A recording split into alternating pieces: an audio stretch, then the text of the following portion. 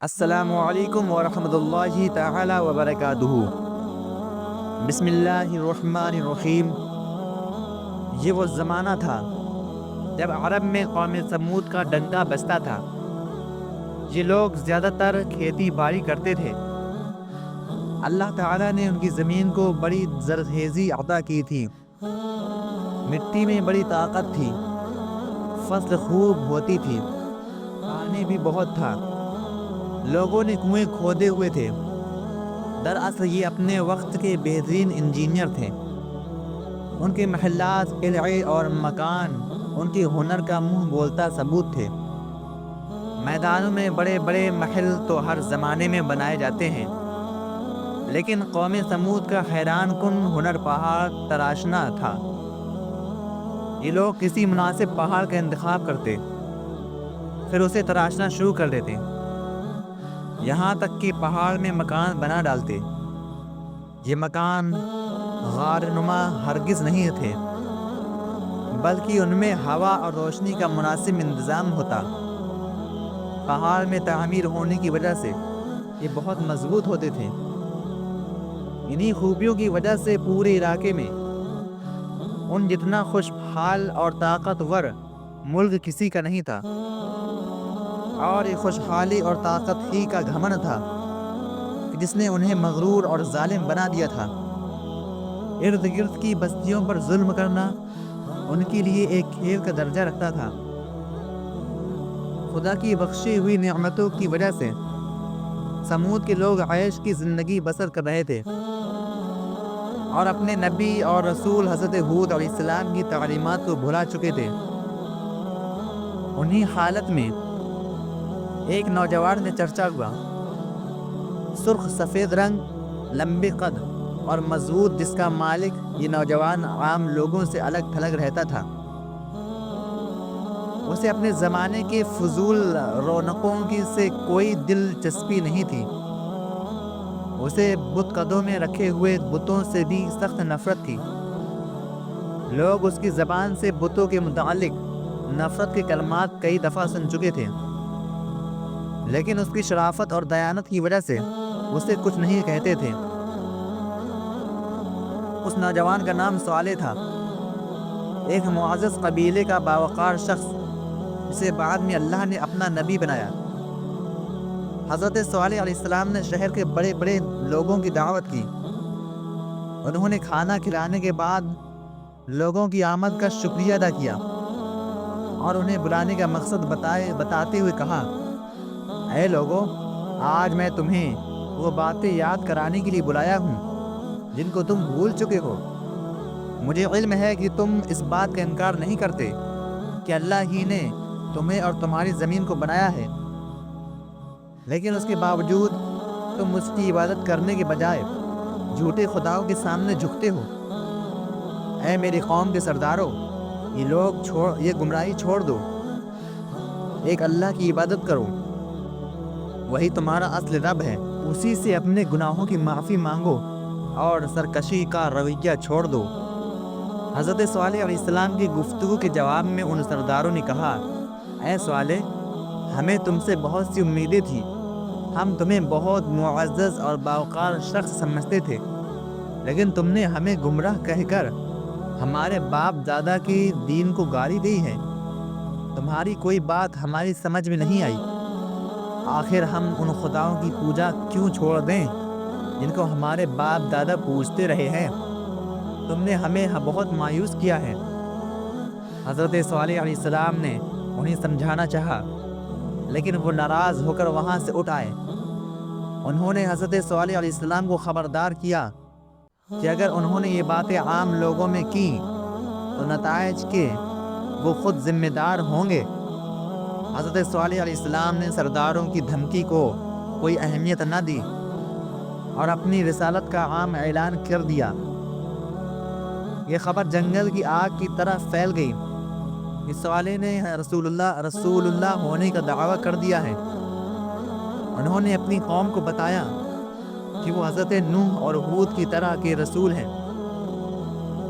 ان کا انکار کرنے پر اللہ ان پر عذاب نازل کرے گا، مگر طاقت غرور میں پڑے ہوئے سرداروں اور مذہبی لیڈروں نے لوگوں کو یہ کہہ کر تسلی دی کہ اگر وہ اللہ کی نافرمانی کر رہے ہوتے اور گناہ کی زندگی بسر کر رہے ہوتے تو اللہ انہیں پورے عرب میں اتنی عزت نہ دیتا، ان کی زمینوں کو اتنا سرسبز نہ بناتا، اور ان کے محل اور پہاڑوں میں تراشے ہوئے مکان اتنے عمدہ نہ ہوتے۔ بت خانوں کے مالک یعنی کاہن کہتے ہیں، اے لوگو، خود سوچو، جو ہاتھ گنہگار ہوں ان ہاتھوں میں اللہ یہ ہنر کیوں پیدا کرے گا جن کی وجہ سے وہ پوری دنیا میں معزز بن جائیں؟ کچھ جھوٹے دانشور دور کی کوڑی لائے اور کہنے لگے، دراصل اس یعنی صالح علیہ السلام کا علیحدہ اور تنہا رہنے سے نعوذ باللہ ذہنی توازن بگڑ گیا ہے، اس لیے یہ اپنے باپ دادا کو گمراہ قرار دے کر ایسی بہکی باتیں کر رہا ہے۔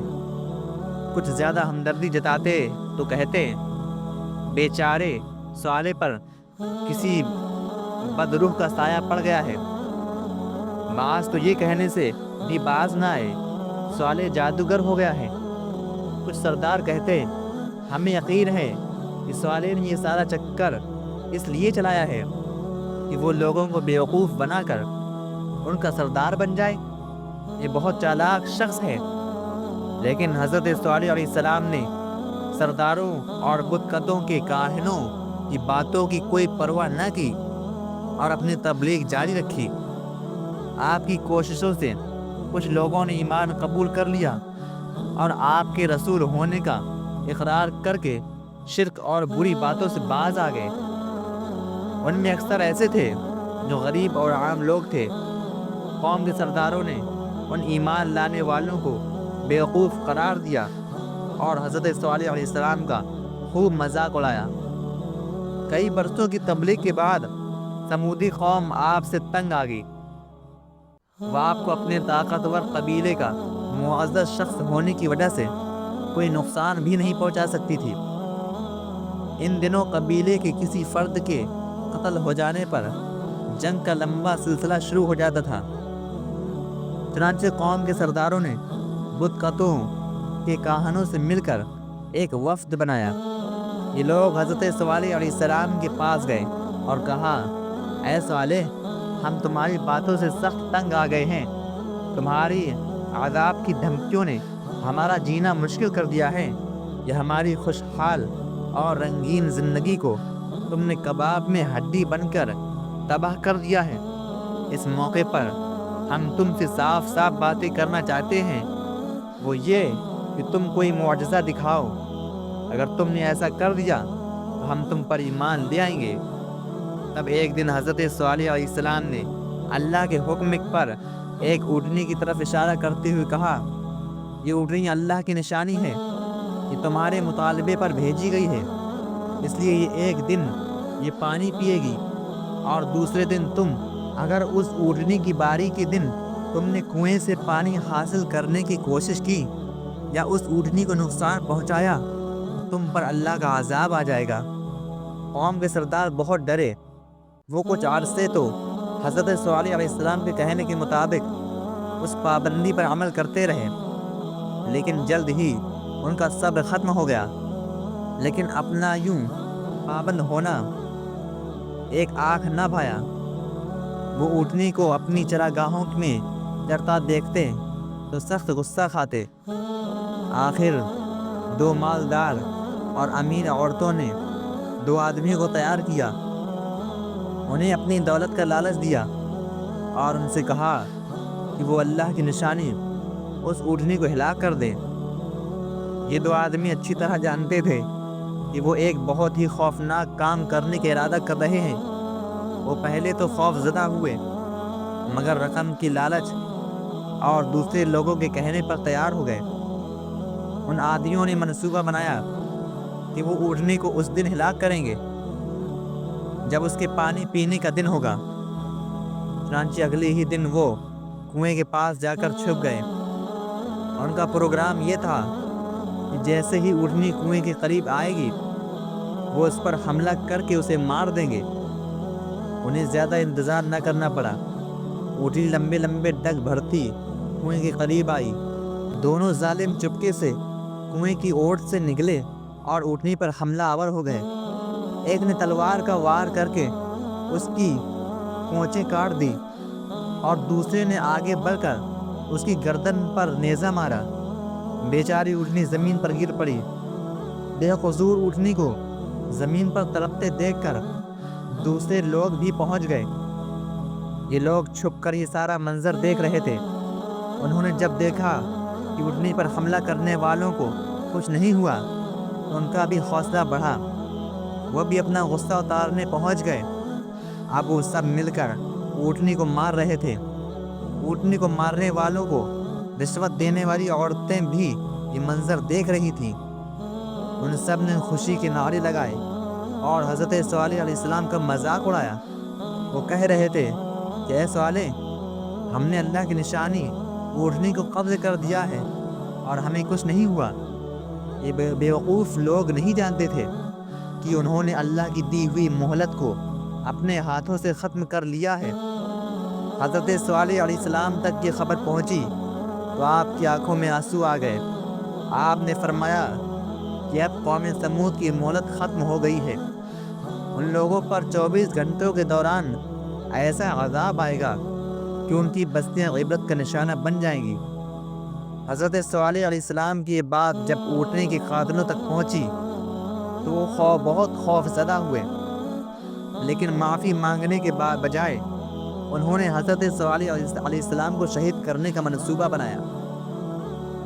9 قبیلے اکٹھے ہو گئے اور ہر قبیلے سے ایک ایک جنگجو منتخب کیا گیا اور فیصلہ ہوا کہ رات کو حضرت صالح علیہ السلام کے گھر پر حملہ کر کے ان کا قصہ پاک کر دیا جائے۔ انہوں نے ایک دوسرے سے وعدہ لیا کہ حضرت صالح علیہ السلام کو شہید کرنے کے لیے سب قبیلے ایک دوسرے کا ساتھ دیں گے۔ یوں حضرت صالح علیہ السلام کا قبیلہ باقی قبیلوں سے بدلہ لینے کی جرأت نہیں کر سکے گا اور ڈر کر خاموش ہو جائے گا۔ لیکن اللہ تعالیٰ نے اپنے قانون کے مطابق ان کافروں کو اپنے منصوبے پر عمل کرنے کی مہلت ہی نہ دی۔ اللہ تعالیٰ کا قانون ہے کہ اس کے رسولوں کو ان کی قوم یوں شہید نہیں کر سکتی۔ اگر قوم اس کی کوشش بھی کرتی ہے تو اس پر عذاب آ جاتا ہے۔ چنانچہ حضرت صالح علیہ السلام کو اللہ نے حکم دیا اور وہ اپنے ماننے والوں کو ساتھ لے کر راتوں رات وہاں سے نکل گئے۔ اسی رات وادی میں ایک خوفناک طوفان آیا۔ بگولے کی شکل کے اس طوفان کی گرج انتہائی دہشتناک تھی۔ اس نے اہل سمود کو تنکوں کی طرح بکھیر کر رکھ دیا۔ مضبوط محلوں اور قلعہ نما مکانوں میں رہنے والے یہ بدقسمت لوگ اب اللہ کی پکڑ میں تھے۔ صبح ہوئی تو ان کی بستی عبرت کا نمونہ بن چکی تھی۔ ایک بھی کافر زندہ نہیں بچا تھا۔ مکانات اور محلات کا تو ذکر ہی کیا، پہاڑ بھی یوں نظر آ رہے تھے جیسے ہوا ان کی آر پار ہو کر گزری ہو، اور یہ پہاڑ اور محل پتھروں کے نہیں بلکہ کپڑے کے بنے ہوئے تھے، اور ہوا نے آگ کی طرح ان کو جلا کر تباہ کر دیا تھا۔ حضرت صالح علیہ السلام ایمان لانے والوں کے ساتھ فلسطین کے علاقے رملہ کے قریب آ کر آباد ہو گئے اور باقی زندگی وہیں گزاری۔